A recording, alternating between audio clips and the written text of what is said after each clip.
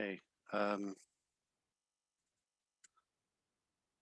Liz, you're also recording. Great. I think we'll get started. Hello, everybody, and welcome to the Maharat Torah Power Hour for Shavuot. My name is Jeff Fox. I serve as the Rosh HaYeshiva of Yeshivat Maharat, and it's a pleasure to share just some brief introductory words and thoughts, and then to hand off to the amazing team of teachers. Just before I begin with some thoughts about Shavuot, I wanted to just stop for a moment and offer a tefillah for our brothers and sisters in Yerushalayim throughout Israel. It's been a very complicated and difficult and painful last 48 hours, or maybe even longer. I understand that there were some deaths recently as well in Ashkelon. So sending both nichumim to those who will soon be sitting shiva, as well as wishing a refuah shlema. And I've been thinking about the psukim from Tehillim Kuf Kaf Bet, that we talk about Yerushalayim Habnuya Ki'ir Shechubara La Yachtav, a city that has been built that makes connections to people in one way or another. And we talk about Shalu Shalom Yerushalayim. We wish for the peace of the city to bring all the different people who love the city, who live in the city, who want to be in that city, can really be blessed with peace, with safety and security. Just wanted to share a brief thought about a phrase that we'll be saying a number of times over the course of the Yantif of Shavuot. Each Yantif in the liturgy, both in Yalev Yavo and the Amidah, as well as in Kiddush, has a short name given by the liturgy. And Shavuot is known as Chag Matan Toratenu, the time of the giving of our Torah. Pesach is Man Chirutenu, the time of our freedom. And Sukkot, of course, is Man Simchatenu, the time of our joy, of our great joy, perhaps.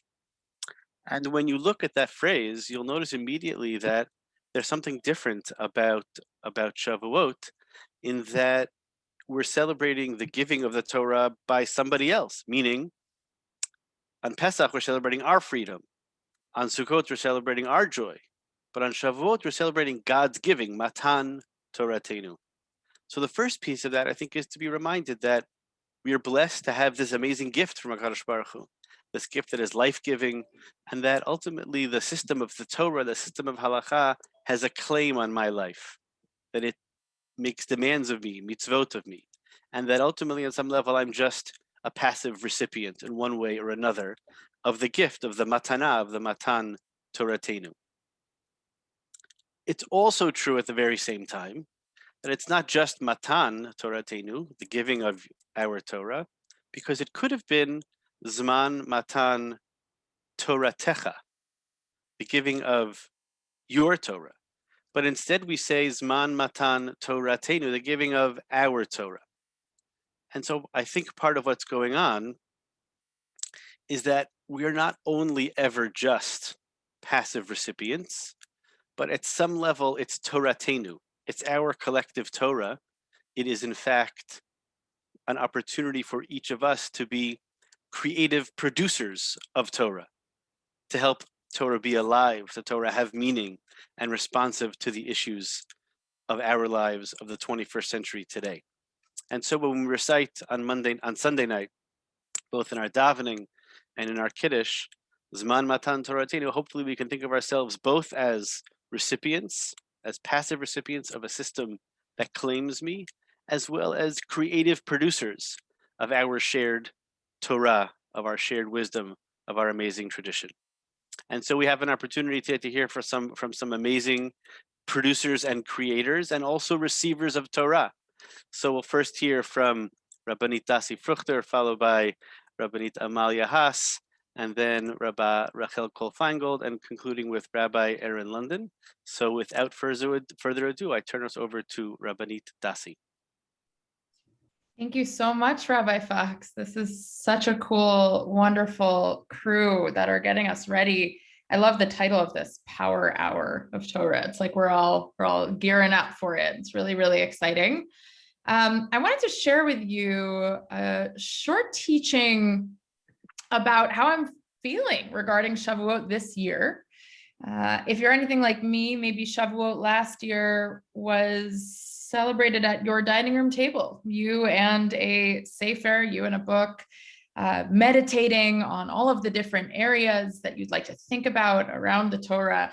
And it was a very solitary experience. And so with that in mind, I was thinking about what to share with you today. And I thought about this fabulous Rashi, that oft gets quoted when it comes to Matan Torah, the giving of the Torah, that oddly in the Torah, it says that Bnei Yisrael camped at the foot of the mountain, and camped is in the singular, right? It says that they camped there as a singular person, but really it was way more than one person, as we all know.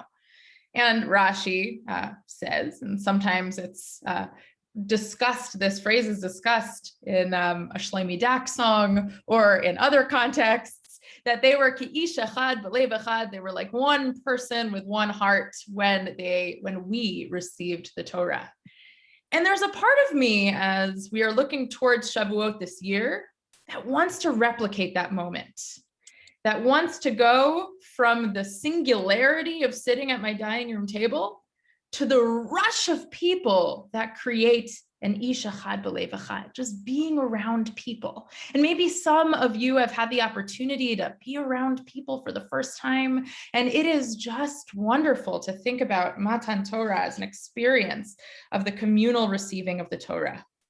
But I do think that there's a middle position to also consider. There's the position that's around not you as a person singularly, and the entire nation of Bnei Israel as a single entity, but you and a chavruta, you and a study partner. And I was thinking about how it will be so easy for me to skip over that as we think about returning and wanting to find that experience of the unity of Matan Torah, that actually learning and acquiring Torah can really best be done with a single other person. Now, why is this? Why is this so important? There's one other grammar irregularity in the Torah where you have a phrase that's in the singular that should really be in the plural. And that's in the moment when the Mitzrim, the Egyptians, are chasing Bnei Israel out of Egypt. So it says that Nasach Arehem, the Egyptians are chasing after us. Wait a minute, though, that's in the singular. Was there one single oppressor just chasing after us, with a backpack, just one? No, Rashi says, very similar language, says, B'lev echad ki'ish echad. The Egyptian oppressors sought after us as one person with one heart. Wow, same thing. In some ways, it's like this energy of negativity and oppression that came with our pursuit of our oppressors. So I don't think that's a valueless experience of being, feeling and being around unity. I think actually there's something to be said for wondering and inquiring and being curious after what sometimes is the problem with going straight to unity. Maybe you get swept up in the negativity, you get swept up in feelings of power. And so I want to turn just for a moment with you to the most compelling thing for me this year about Shavuot. And that is the power of one single other person. The Gemara in Masechet Shabbat on Daf Samach Daled 64 talks about the different models of chavruta, different models of learning with people. And this is a Gemara I think about often when I think back to my experience at Yeshivat Maharat. You could look around the room, look around the Beit Midrash, and you could see people learning in many different ways. We had some jokes around Yeshivat Maharat too, like different chavrutas would have different personalities and different objects and props and all these things. But actually, the Gemara too offers different models for chavruta. There's not just one way. There's not just one people. There's not just one mass at the foot of the mountain.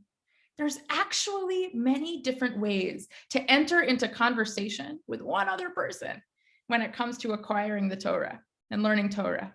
And I want to tell you what these are.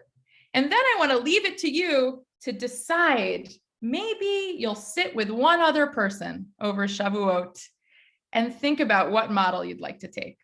So says the Gemara. Number one, here's model number one. You ready? First model is Shnei Talmidei Chachamim HaMechadedin Ze LaZe B'Halacha. Here's one model of chavruta.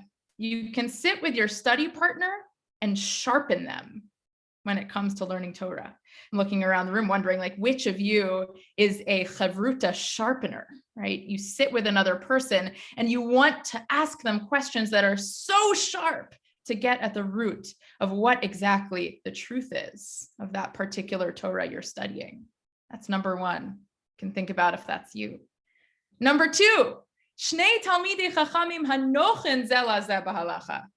Two scholars who sit with each other and are agreeable in the study of Torah. They sit together and they're like, that's so nice. What a beautiful idea. What do you think? Oh, it's so nice. Beautiful. They pass it back and forth and it just grows and becomes beautiful in that way. That's number two. Number three, Shnei Talmidei Chachamim. You have another very similar idea. Hamakshivim Ze Laze B'Halacha. They put listening at the center. They listen to one another when it comes to their chavruta study. They wonder what the other person is thinking, how to be curious about the other person's experience. And then my favorite, number four, Shnei Talmidei Chachamim Hamadgilim Ze Laze B'Halacha. There are two scholars, it's a debate what exactly this means, but my favorite interpretation is that they cause each other to make mistakes in their learning. They test things, they make errors, and through that, God finds beauty in their Torah. So my friends, there are four models here. These four models cannot exist in a mass necessarily of people, which is a very important key to our experience of receiving the Torah. But even more so, I'm wondering what it would be like to flex our muscles around being in chavruta this year. Maybe we can acquire the Torah as a fellow sharpener, a fellow easygoing chavruta, a fellow listening at the center chavruta, or a fellow mistake maker. So many different things that we can get by highlighting each other's individuality. And my friends, I've missed you, missed your individuality. And while I love that experience of finally being in community again, I know that I want to take it slow and find the uniqueness and the unique Torah in every single person this year. And I look forward to receiving the Torah in that way with you. Thank you, and Chag Sameach.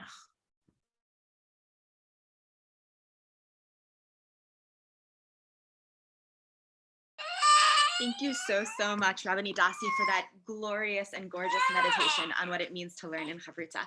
And I apologize for my son also having opinions about it in the background. He loved it. So before I introduce our next speaker, I want to first introduce myself. I'm Liz Shane. I am a fourth-year student in Yeshivat Maharat. I will, Imir Tashem, be graduating on June 15th, and you are all welcome and invited to come and be a part of that celebration. And for right now, I am your host. And most importantly, I am joined by both Jofa and Sviva in co-sponsoring this event alongside Maharat. So shout out to them for making this amazing Power Hour of Torah happen. And now on to the Torah that I know you are all here to learn. So our next speaker is Rabbanit Amalia Haas, who is the chaplain resident at the Center for Spiritual Care at the Cleveland Clinic. And her session title is Womanhood, Shame, and Vulnerability in Megillat Ruth. So please take it away, Rabbanit Amalia. Let's go to Ruth. Thank you so much, Liz, and welcome everyone. And a huge thank you to Yeshivat Maharat and Jofa and Sviva. It's just an honor and wonderful to be here with all of you. As a chaplain resident this year, a huge part of my training has focused on developing sensitivity and pastoral skills around shame and vulnerability for patients in hospital settings. And we have really leaned into the work of Brene Brown in this area, which is really, I think, a lot of why it seemed very natural to bring the lens of her work on womanhood to Megillat Ruth. We have these extraordinary characters of Ruth and Naomi to look at. To give you a little background on Brene Brown's thought, part of what she talks about in terms of women and daring leadership is that really the experience of fear is not, it's not the barrier to leadership. The underlying barrier to leadership, to being brave as a leader, is how we respond to our fear, not that we have it, because we will have it. And so what she talks about is that the obstacle that we face is our own armor, our thoughts, and that what we have to do is learn to, and these are her words, rumble with vulnerability. She describes shame as the most powerful of the emotions, a sort of master emotion. And the message of shame is fundamentally that at our core, we are not good enough. And she says, you know, true belonging and leadership is able to emerge when we present our authentic and imperfect selves to the world, and that our sense of belonging can never be larger than our level of self-acceptance. And so a large focus of chaplaincy training is actually on developing self-acceptance in the presence of shame and learning to be in its presence and in the presence of vulnerability. If we open up our scroll, Megillat Ruth, we could hardly find a more shame-based opening. It is such a negative opening to our story, which in many ways can be read as a fairy tale. There's been a drought, our main characters have left, then there are these 3 deaths, boom, boom, boom. The father, the 2 sons, even their names don't seem like real names. And the removal of male presence from the narrative seems to allow to rise to the center the extraordinary relationship which becomes really the center of this book, which is between these 2 women. One of them is Ruth, who is from Moab. And throughout the book, she continues to be called Nachriya. She is called a stranger. But what we have to realize is Moab is not just any stranger nation. It's not that she's not just that she's not a Jew. If we look at the previous encounters of Moab, the first one is with Lavan and his daughters. The name of the nation emerges, Me Avi. It means from my father. The original encounter that creates Moab is an incestual encounter. So there's, you know, shame in that. Then we go on to Balak, asking Bilam to curse the Jewish people, and that's also, you know, an initiative of Moab. So there's another very negative valence to that nation. And then finally in Devarim 23:4-7, that's the Torah states that no one from Ammon and no one from Moab will enter Kahal Hashem, will enter the Jewish people for many generations, right? So Ruth is not only a Nachriya, she's not only a stranger, she is part of a nation that is a mortal enemy of Israel, right? And Naomi tells her, go back to your people. You'll have a place. You will not be vulnerable. Go back to your parents' home. And she says, no, you can't define that for me. She refuses to turn back, and she clings to Ruth, and not only in this beautiful verse that everybody quotes, right, to your nation, to essentially to your Torah, to everything you stand for, this is what I am choosing, right? She's choosing it in the face of being, by definition, a mortal enemy of Israel. And when she approaches Beit Lechem, Naomi speaks perhaps her own shame, certainly her own feelings, when she says to the women who look at her and say, Hazot Naomi, is this Naomi? Because it's been 10 years. This woman has lost her husband, her sons. She's been surely transformed by her grief, right? And she says, oh no, don't call me Naomi. Don't call me beauty, pleasantness. Call me Mara. Call me bitterness, because God has embittered my life, right? Now,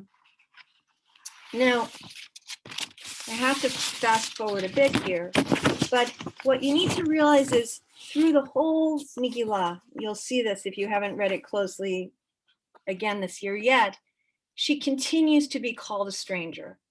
She is not embraced at any point as a Jew, except perhaps if we look at Boaz. Boaz sees her as extraordinary because he honors her gerut, he honors her conversion. And he says to her, he says,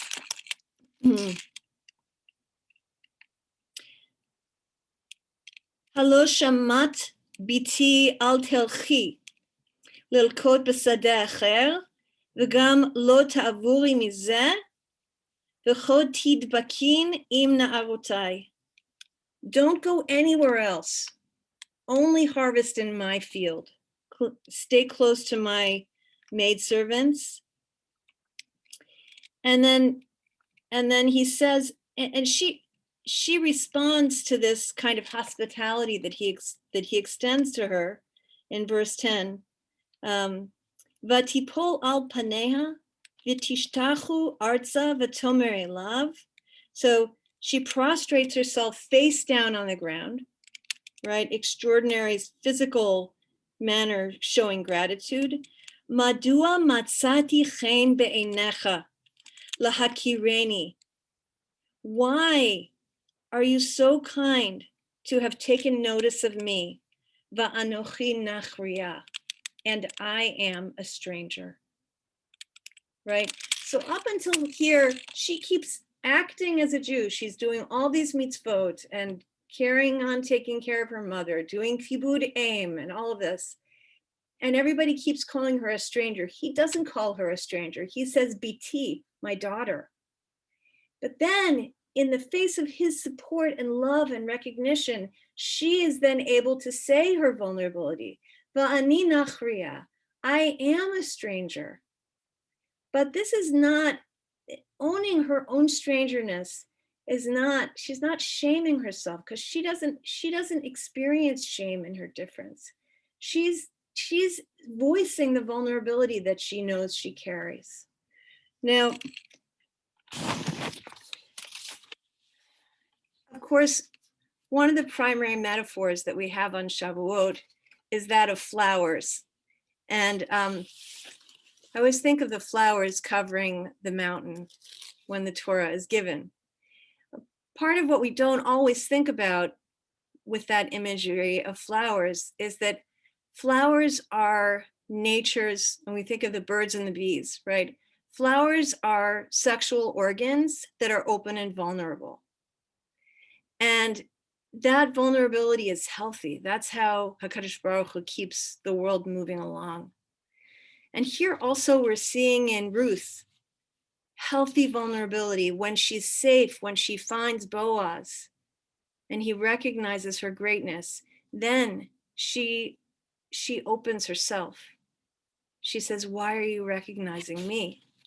And of course, in the vulnerability that she expresses to him, and in him eventually stepping forward and taking responsibility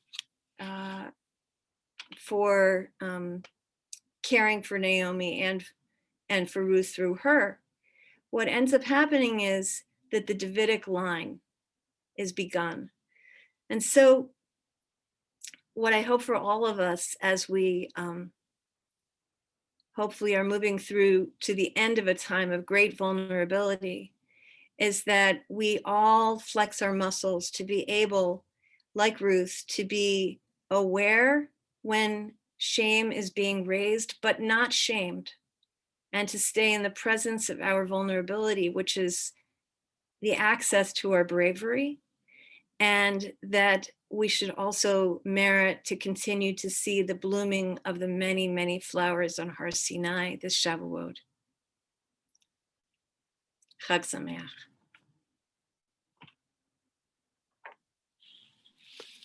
Thank you so much, Rabbanit Amalia. That was beautiful, and especially the vulnerable places that we've all, in many ways, found ourselves in, giving us a path towards bravery and a reminder to look outside and see the flowers.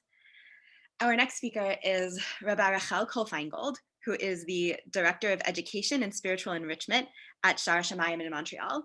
Weirdly enough, this is not on her bio, but she was also my Rosh in camp these many years ago, and she is living proof that when you create Torah, when you bring it into the world, it goes on and is given to all of your students, who then go and become teachers in their own right.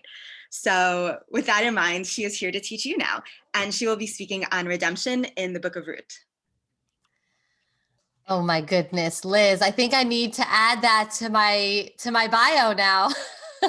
I'm so touched. Thank you for sharing that. And thank you everyone for being here. And thank you for having me. I'm going to talk about redemption because it's something that here in Montreal, we still feel a little bit far from. So I know for those of you who are in the US, you see the world opening up. We are still very much in Canada. We're still very much slowly making headway with vaccines, and we're still very much shut down. And so our Shavuot is going to be very different. We still have a curfew enacted here in Quebec. So I'm looking for redemption, the redemptive quality of the book of Ruth. And Rabbanit Amalia, much of your Torah, I think, flows beautifully into what I'm going to share today. In the book of Ruth, the word Goel, Geula, redemption, is framed in terms of Boaz as the Goel, the redeemer of Ruth. And this is almost a technical legal term.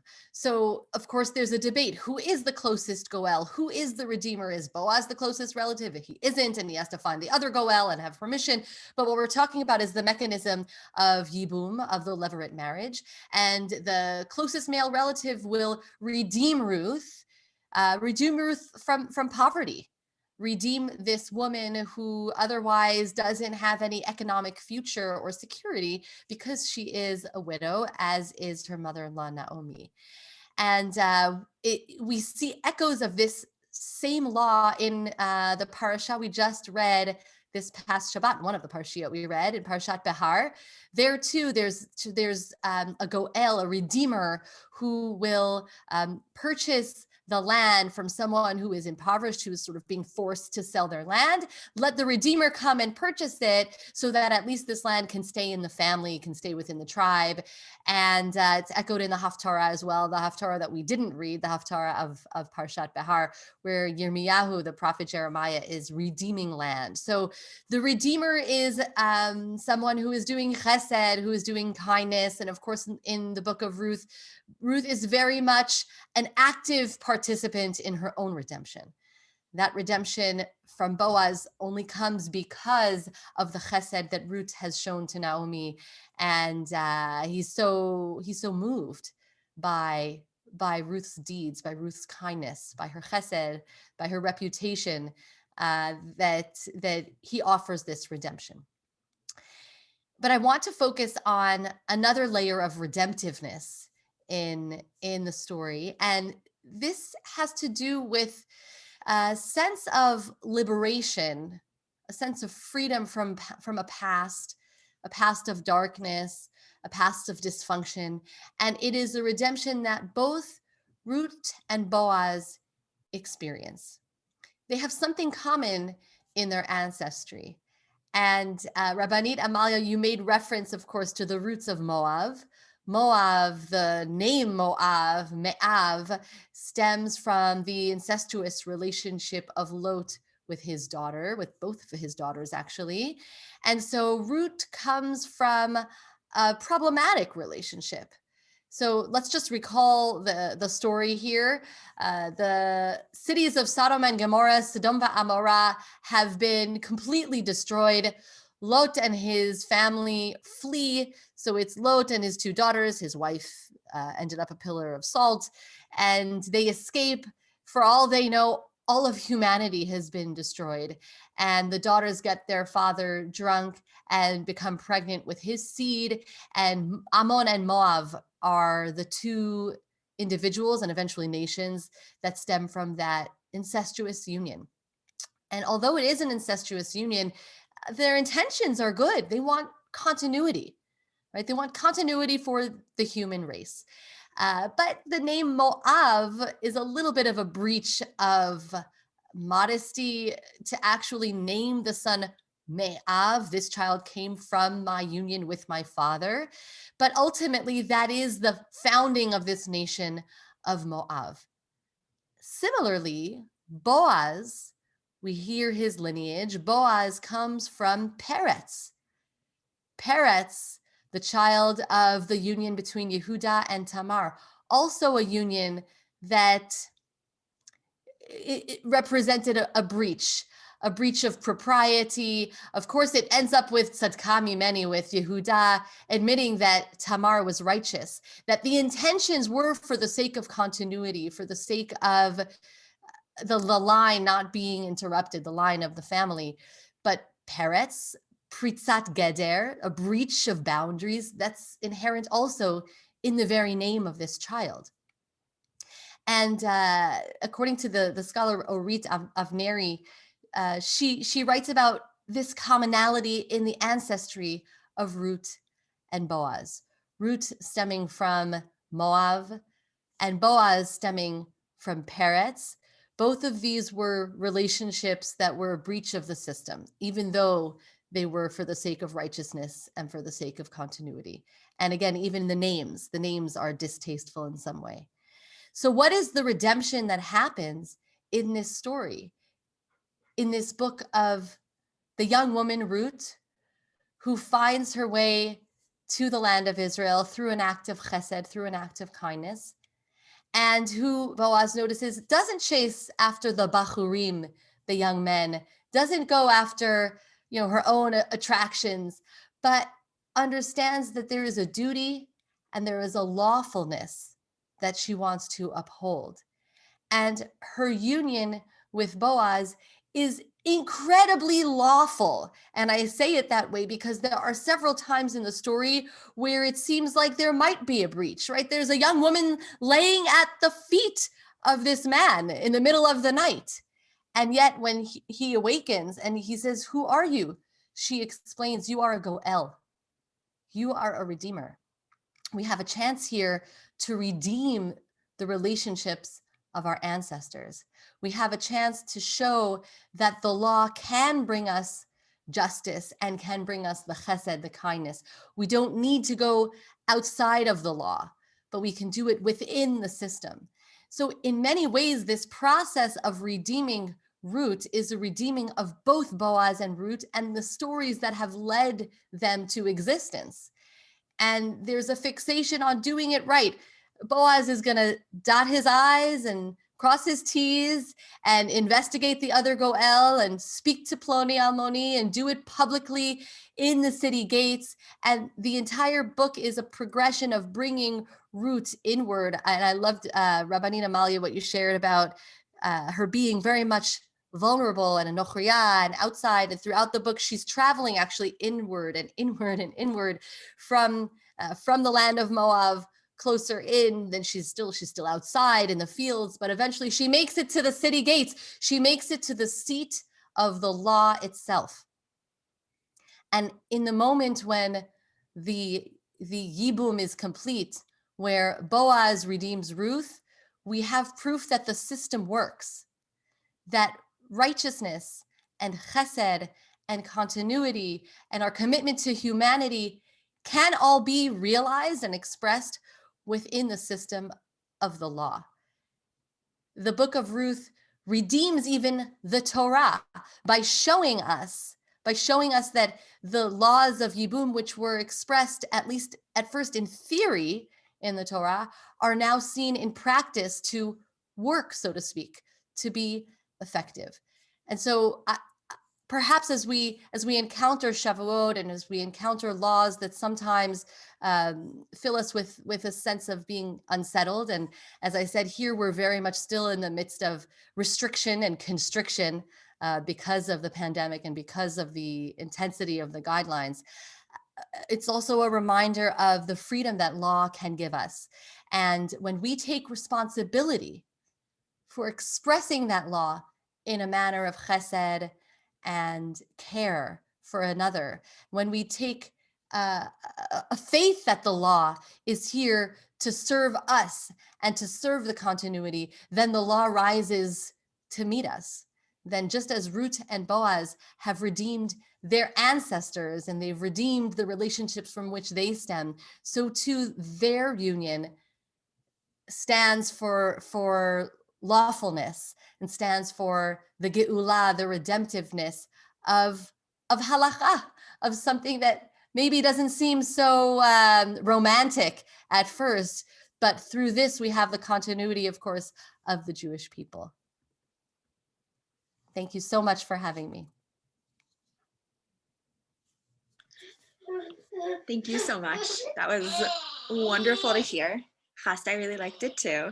And we are really moved by the story of the linking of redemption and law and the way that sometimes it feels like Ruth and the Matan Torah parts of Shavuot don't always talk to each other, but you brought them together amazingly beautifully. So thank you so much for that. And our final speaker is Rabbi Dr. Erin Leib Smokler, who is the Mashgicha Ruchanit and Dean of Students at Yeshivat Maharat. She is one of my teachers. She teaches a truly stellar Hasidut class, and we are so, so lucky to hear from her right now. So her session title is Luchot and Shivrei Luchot, the revelation we remember.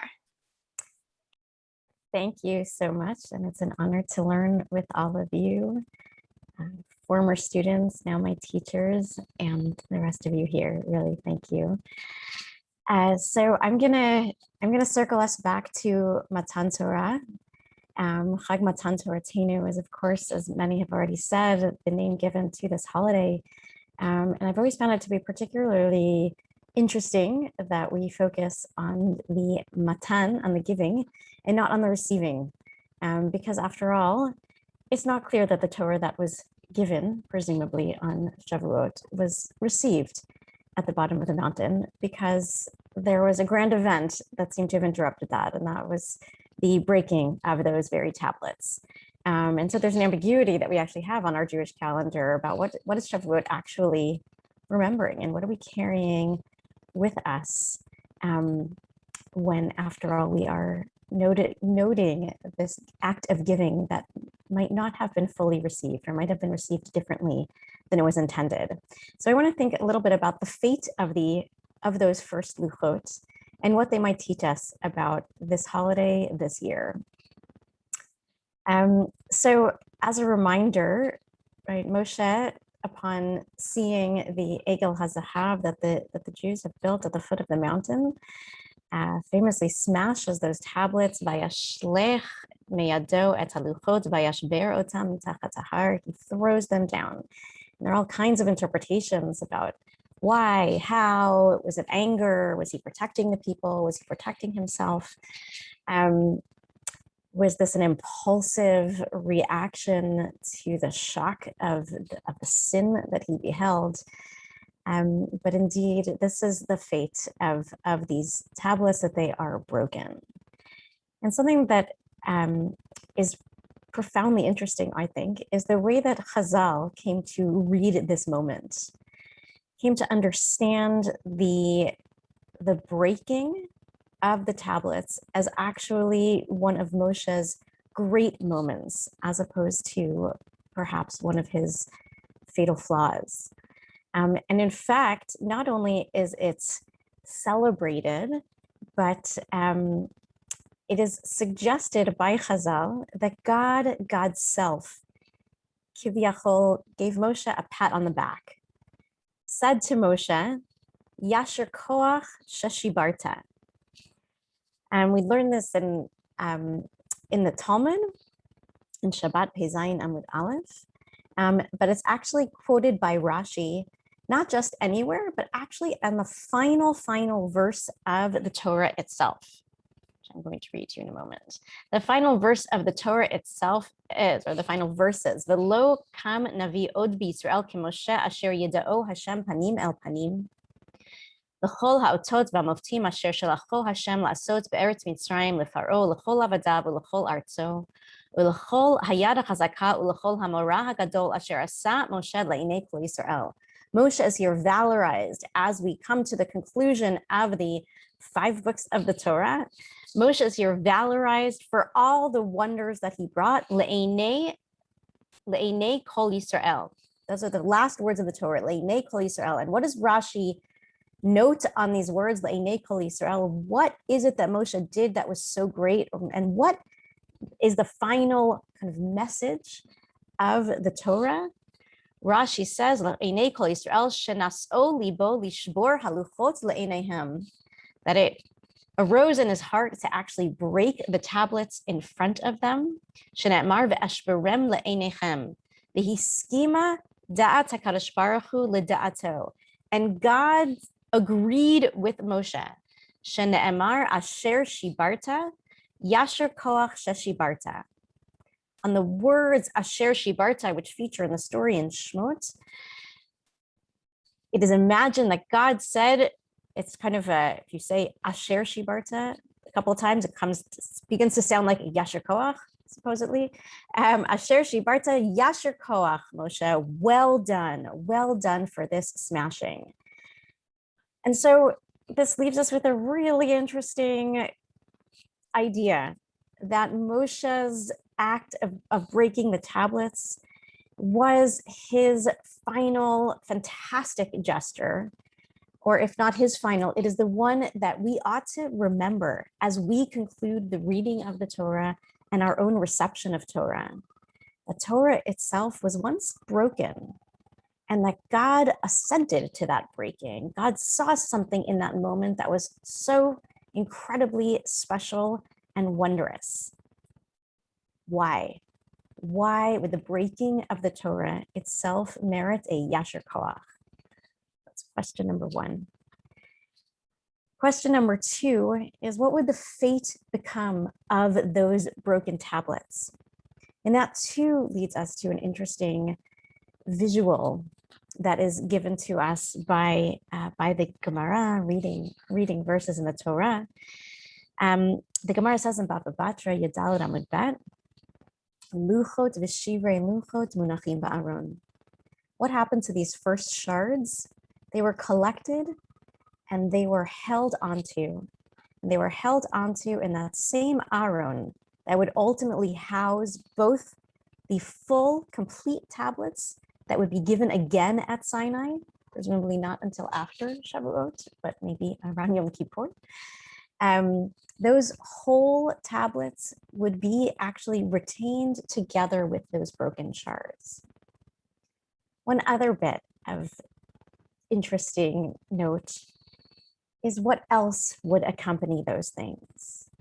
And so we're told in the Torah of actually 3 items, in addition to the Luchot, that the Aron itself held. Not only did this Aron hold these items, but these items would then consequently accompany Bnei Israel in their wanderings in the desert. And they are a small remnant or container of man, the mateh shel Aharon, the staff of Aaron that bloomed in the story of the uprising against his leadership. Ufarach mateh Aharon, Aaron's staff blossomed as a signal to the people that he, in fact, was the chosen one. But importantly, this was a staff broken off from its natural nourishing environment that nevertheless came to fully bloom. And then finally, again, this Shivrei Luchot. We have 3 items that accompany the people in the desert, broken tablets, a flourishing branch, and a kankan of man. I want to suggest that what these three share in common is, in a certain sense, they are testaments to the possibility of flourishing precisely under difficult or broken down circumstances. The man, a testament to the nourishing from on high, specifically in a position of want, of need, of desert, of not knowing where one's next meal is coming from. The anxiety of wandering in a desert, the anxiety of not knowing how one will be fed or feed one's own children was met for us by God in the desert through man. And that bit of man that comes with us in perpetuity, presumably, is to remind us, I would argue, that somehow we will be fed, even when we fear hunger the most. The next is the Matzeh Shel Aharon, which again, as I said, was this dormant, lifeless branch that came to bear life. And putting aside for a moment all the leadership quandaries and the fighting that indicated, I think this symbol, again, of what's possible in a moment of communal breakdown.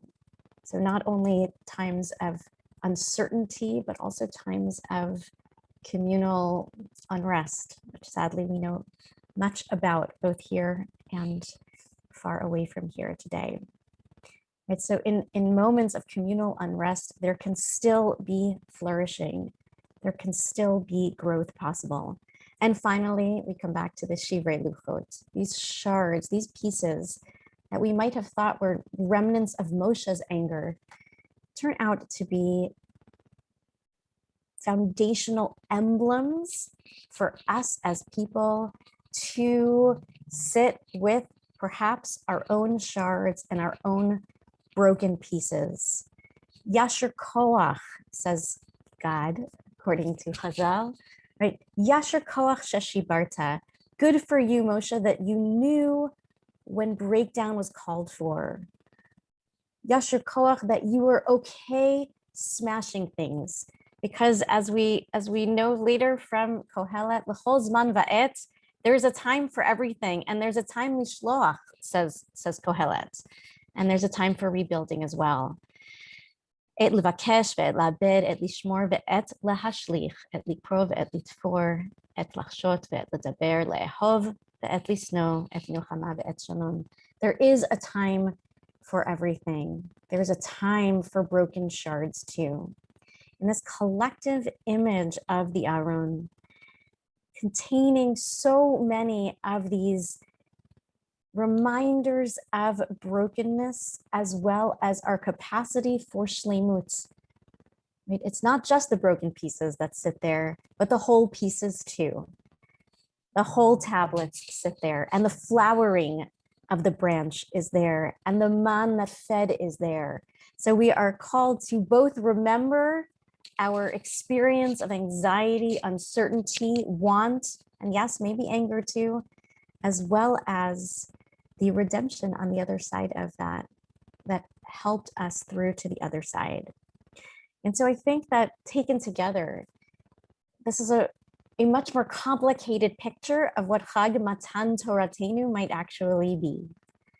We're not perhaps only celebrating the whole glorious Torah, but we are dafka having a holiday that marks the breakdown of Torah, the breakage within, perhaps, the moments of things not going quite right for ourselves or our community, where we experience rift and rupture. Those are the conditions of celebration, actually. And they are the invitations that we are then given to carry that along with us. The Torah ends on these words, dafka, when you get to that place where you might think that there's full shleimut, the end of the story, alas, there's a reminder of Yasher Koach Sheshibarta. It's not the end. don't ever imagine that the circle will be full and complete, but we will always and ought always to hold within ourselves those shards. And so this Chag Matan Toratenu, what is the Torah that we are given, and what is the Torah that we receive, and what arcs will now be accompanying us as we enter into this second Shavuot of the pandemic. Perhaps we're exiting, perhaps some of us are feeling redeemed, perhaps some of us are feeling still very much constrained and constricted. But I think that the invitation of Shavuot is an invitation not only to dream of wholeness, but an actual invitation to be with all that is still broken, and dafka to take it with us. And so the celebration of Shavuot is about Luchot v'Shivrei Luchot munachim ba'aron, that ourselves, our Torahs, are a collectivity of broken pieces and whole pieces. And this Shavuot, we're asked to journey on in that complicated space of holding on to those parts of us that have shattered along the way, and dreaming and trusting in the flowering that is still yet possible. So with that, I will wish everybody a Chag Sameach. Thank you to all of you for being here. Thank you to Rabbanit Dasi, Rabbanit Amalia, Rabba Rachel, to Sviva, to Jofa, and to all of you for joining us. And I really bless us all in the coming days, weeks, and months to find ways to journey whole, journey in pieces, but journey together. So Chag Sameach, everybody.